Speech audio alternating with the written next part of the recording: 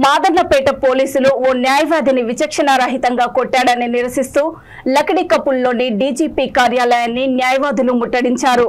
అనంతరం రోడ్డుపై బైఠాయించడంతో ట్రాఫిక్ స్తంభించింది. పోలీసులు డీజీపీని కల్పిస్తామని హామీ ఇవ్వడంతో వారు ఆందోళన విరమించారు. గత కొంతకాలంగా న్యాయవాదులపై అనేక దాడులు జరుగుతున్నా రాష్ట్ర ప్రభుత్వం పట్టించుకోవడం లేదని న్యాయవాదులు ఆవేదన వ్యక్తం చేశారు. వరుస దాడులను నివారించాలంటే న్యాయవాదుల కోసం ప్రత్యేక రక్షణ చట్టం తీసుకురావాలని వారు డిమాండ్ చేశారు. న్యాయవాదిపై దాడికి పాల్పడిన పోలీసులపై కఠిన చర్యలు తీసుకోవాలని, లేని పక్షంలో తమ ఉద్యమాన్ని ఉధృతం చేస్తామని హెచ్చరించారు.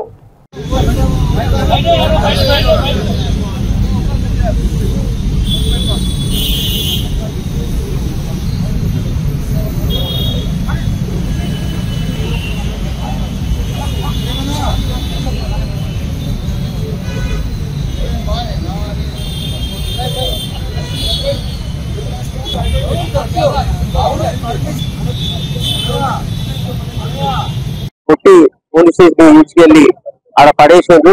దానికి వ్యతిరేకంగా మేము ఇప్పటికే 4 రోజుల నుంచి మామూలుగా కూడా అడ్వకేట్ ప్రొటెక్షన్ యాక్ట్ 41 సిఆర్పిసి అలాగే డైరెక్టర్ ఆఫ్ ప్రాసిక్యూషన్ అక్రమంగా అన్యాయంగా కూడా క్యాడర్ పీపుల్ నియమించుకుంటూ టెన్యూర్ పీపుల్కు అన్యాయం చేస్తుంది. ఈ 3 ఇష్యూస్ మీద మేము ఆల్రెడీ నిరాదీక్షలు చేస్తున్నాము.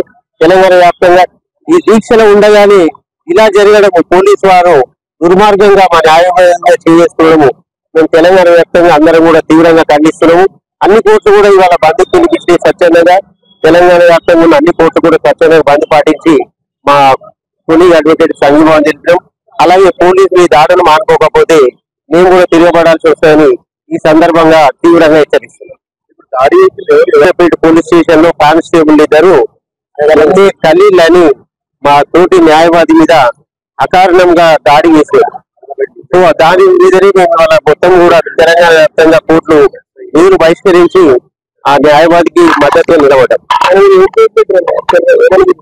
అతని కొట్టి అతని మీద 8 కేసు చేశారు. యాక్చువల్గా ఏంటంటే వాళ్ళ ఇల్లు మోసీ రివర్ పక్కకు ఉంటది.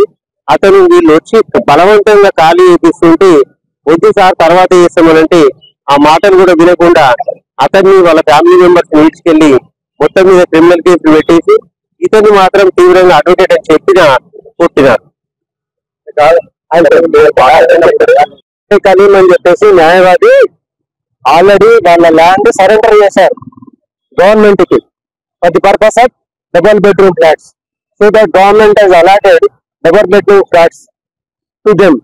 ఉన్న మూసీ నది పరివాహానికి ఇల్లు కూర్చుని వేసినప్పుడు వాళ్ళకి డబుల్ బెడ్రూమ్స్ అలాట్ చేస్తామని దాంతో మళ్ళీ రీఅలాట్ చేస్తున్నారు. రీఅలాట్ చేస్తుంటే ఈ న్యాయవాది హైకోర్టులో రిట్ పిటిషన్ వేయడం జరిగింది. దాని మీద ఇంటర్ ఆర్డర్ జరిగింది.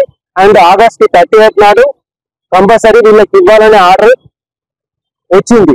వచ్చినాక కూడా అక్కడ పోలీసు వాళ్ళు పొలిటికల్ ఇన్ఫ్లుయెన్స్ తోని రీఅలాట్ చేస్తుంటే సైదాబాద్ పోలీసు పిలుపు మేరకు వెళ్ళి ఆయన సంబంధిత ఆర్డర్ కాపీలు సబ్మిట్ చేసినాక కూడా అది గ్రడ్జి పెట్టుకొని పొలిటికల్ ఇన్ఫ్లుయెన్స్ తోని ఆ పోలీసులను మరీ దారుణంగా ఆయన రాత్రి 1 గంటకు తీసుకొచ్చి కొట్టడం జరిగింది.